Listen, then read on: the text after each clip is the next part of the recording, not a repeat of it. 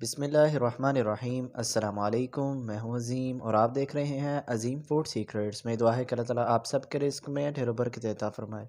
तो फ्रेंड्स, आज मैं आपके लिए लाया हूं बहुत ही मज़ेदार दही बल्ला की रेसिपी, जिसे बनाना बहुत ही आसान है। तो वीडियो को बिना स्किप किए पूरा देखिएगा ताकि आपकी भी रेसिपी परफेक्ट बनकर तैयार हो। तो बिना टाइम ज़ाया किए चलते हैं रेसिपी की तरफ।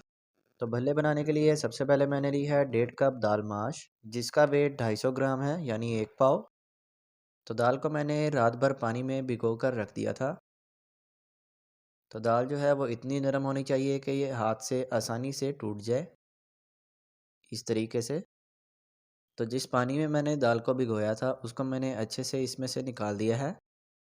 तो अब हम दाल को बारीक पीस लेंगे। तो दाल को पीसने के लिए मैंने यूज़ किया है ग्राइंडर। दाल को ग्राइंडर के अंदर डाल देंगे और अच्छे तरीके से इसको पीस लेंगे। अगर आपके पास ग्राइंडर अवेलेबल ना हो तो आप इसकी जगह कूंडी भी यूज़ कर सकते हैं। तो अब हम इसके अंदर हाफ़ कप पानी ऐड करेंगे।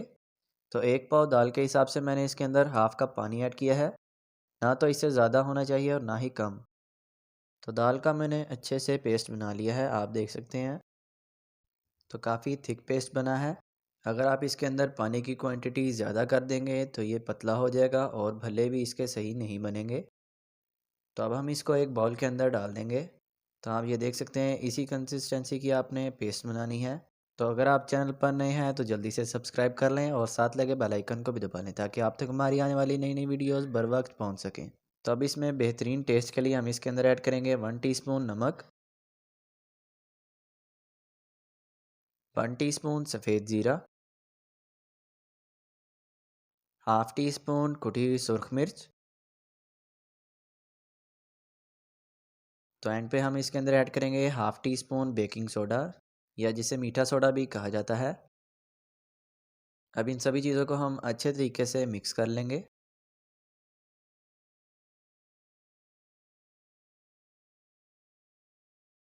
तो अल्हम्दुलिल्लाह मिक्सचर हमारा बनकर रेडी हो चुका है। आप इसकी कंसिस्टेंसी चेक कर सकते हैं, बहुत ही बेहतरीन है।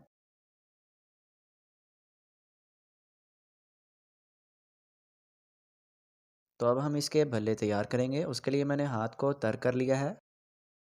इस तरीके से हम इसका भल्ला तैयार करेंगे। तो परफेक्ट मिक्सचर की ये पहचान है कि ये आपके हाथ के साथ चिपकेगा नहीं। तो इस तरीके से जो है हम इसका भल्ला तैयार कर लेंगे। तो इन्हें फ्राई करने के लिए मैंने लिया है कुकिंग ऑयल। एक एक करके सभी भल्लों को हम इसके अंदर ऐड करते जाएंगे।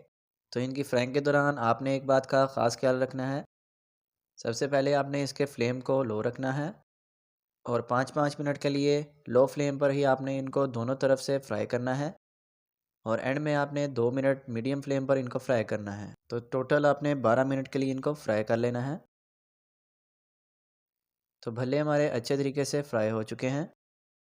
अब हम इनको निकाल लेंगे। तो अगर आप हाथ की मदद से भले नहीं तैयार कर सकते तो एक और भी तरीका है इन्हें तैयार करने का।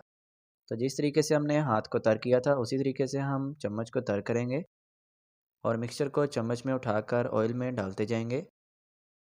तो बाकी प्रोसीजर सेम ही रहेगा। तो अल्हम्दुलिल्लाह ये वाले भले भी बनकर रेडी हो चुके हैं। अब इन्हें भी हम ऑयल से निकाल लेंगे और ठंडा होने के लिए साइड पर रख देंगे। तो भल्ले जो हैं वो अच्छे से ठंडे हो चुके हैं। तो अब इस पॉइंट पे आप इनको इजीली एयर टाइट जार के अंदर बंद करके स्टोर कर सकते हैं। तो अब दही भल्ले तैयार करने के लिए हम इनको सबसे पहले पानी के अंदर डिप करके आधा घंटे के लिए रख देंगे ताकि ये अच्छी तरह से नरम हो जाएं। तो आधा घंटा गुजर चुका है और भल्ले अच्छी तरीके से गल चुके हैं। अब हम इन सभी को हाथ की मदद से अच्छी तरीके से निचोड़ लेंगे ताकि जो इसके अंदर पानी है वो बाहर आ जाए। तो इस तरीके से आपने इनको आसानी से हाथ की मदद से दबाकर निचोड़ लेना है। तो इन सभी को मैंने अच्छे से निचोड़ लिया है, आप देख सकते हैं इनका जो एक्स्ट्रा ऑयल है वो निकल चुका है। तो अब हम इनके ऊपर दही ऐड करेंगे। अब इसके ऊपर जाएगा हरा रायता।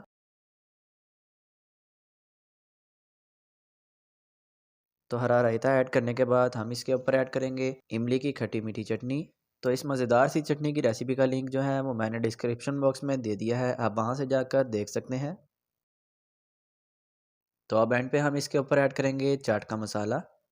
तो अल्हम्दुलिल्लाह बहुत ही सॉफ्ट और डिलीशियस हमारे दही बल्ला बनकर रेडी हो चुके हैं। तो आप देख सकते हैं अंदर से काफ़ी अच्छे तरीके से पके हुए हैं। तो अगर आपको रेसिपी अच्छी लगी है तो जल्दी से लाइक कर दें और चैनल को सब्सक्राइब कर लें। तो इंशाल्लाह मिलते हैं किसी नई वीडियो में नई रेसिपी के साथ। तब तक के लिए मुझे दीजिए इजाज़त। अल्लाह हाफिज़।